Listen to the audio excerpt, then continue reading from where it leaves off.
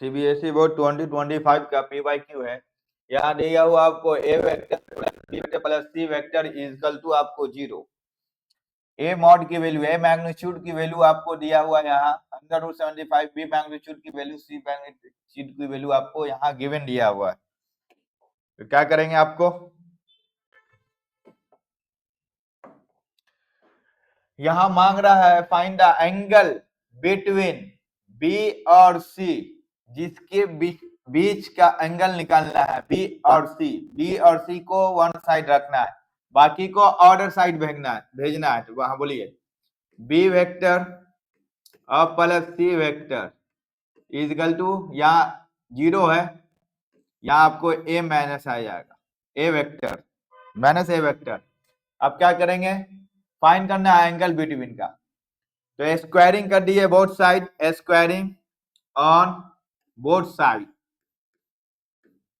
नहीं करेंगे, both side करेंगे। कीजिए प्लस सी वेक्टर, या स्क्वायरिंग करेंगे तो माइनस हट जाएगा आपको।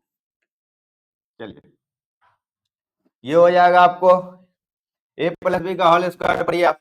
तो यहाँ बोलिए बी वेक्टर स्क्वायर प्लस सी वेक्टर स्क्वायर प्लस 2 B vector dot C vector cos नहीं लगेगा यहाँ पे,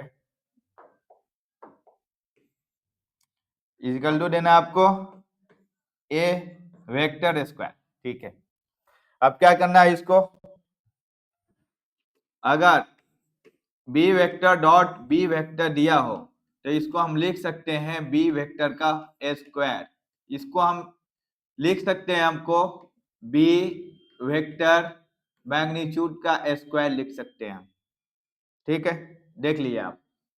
इसी तरह आपको अगर सी दिया हुआ, अगर ए वेक्टर दिया हुआ है, ए वेक्टर मैग्नीट्यूड का वैल्यू दिया हुआ है, यहाँ लिया हुआ है 37, ये मैग्नीट्यूड में। अगर इस पे स्क्वायर करेंगे तो इधर भी स्क्वायर करना पड़ेगा। तो ए वेक्टर मैग्नीट्यूड का वैल्यू हमको फाइंड कर चुके हैं, तो ये आ गया 37।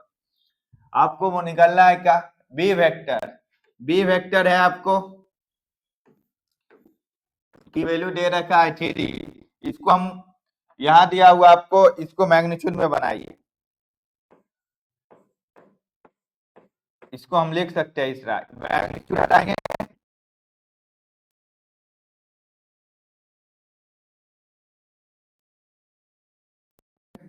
वो किसके बराबर दिया हुआ, 3 के बराबर।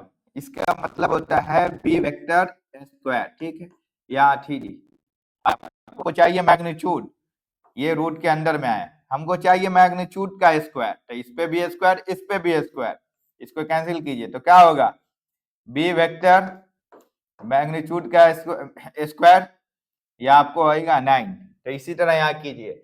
और आप लोग पढ़ चुके होंगे A dot vector B dot vector A magnitude vector B magnitude vector cos theta लिखिए या अल्फा लिखिए, कुछ मेंशन नहीं किया गया। तो यहाँ देखिए आप इसको लिख सकते हैं सी मैग्नीट्यूड का स्क्वायर प्लस 2 बी और सी, यहाँ ए और बी बोला, अगर यहाँ पे सी दे तो यहाँ पे सी लिख दीजिए।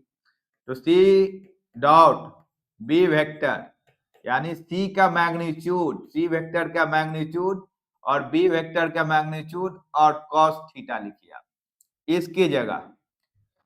तो यहाँ आपको बी और सी 2 था, लिख दिए आप। अब लिखना है बी वेक्टर का मैग्नीट्यूड और सी वेक्टर का मैग्नीट्यूड इक्वल टू, इसको लिख सकते हैं ए वेक्टर मैग्नीट्यूड स्क्वायर।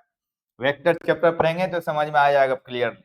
ऐसे एक्सप्लेन कर, बी वेक्टर मैग्नीट्यूड, अगर इस पे स्क्वायर डालेंगे हम तो इस पे भी डालना पड़ेगा, तो यहाँ इसका 9 वैल्यू आ जाएगा, 3 का square 9 plus C vector magnitude दिया हुआ, इस पे स्क्वायर कीजिए तो क्या हो जाएगा आपको 16। एग्जाम में इस पे नहीं करेंगे आप, प्लस 2। अब बी वेक्टर मैग्नीट्यूड का वैल्यू क्या दे रखा है, 3 दे रखा है, 3 लिख दीजिए। सी वेक्टर इंटू सी वेक्टर का मैग्नीट्यूड क्या दे रखा है आपको 4 दे रखा है, ओनली मैग्नीट्यूड है, स्क्वायर नहीं, ओनली मैग्नीट्यूड।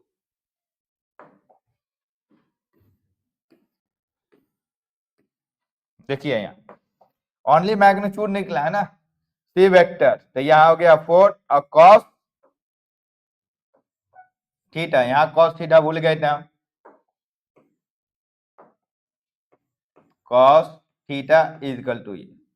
अब क्या करना है, ए वेक्टर का मैग्नीट्यूड, ए वेक्टर का मैग्नीट्यूड इस पे स्क्वायर करेंगे तो आपको स्क्वायर आएगा, यहाँ आ जाएगा आपको 37, यहाँ एक्सप्लेन कर चुके हैं यहाँ।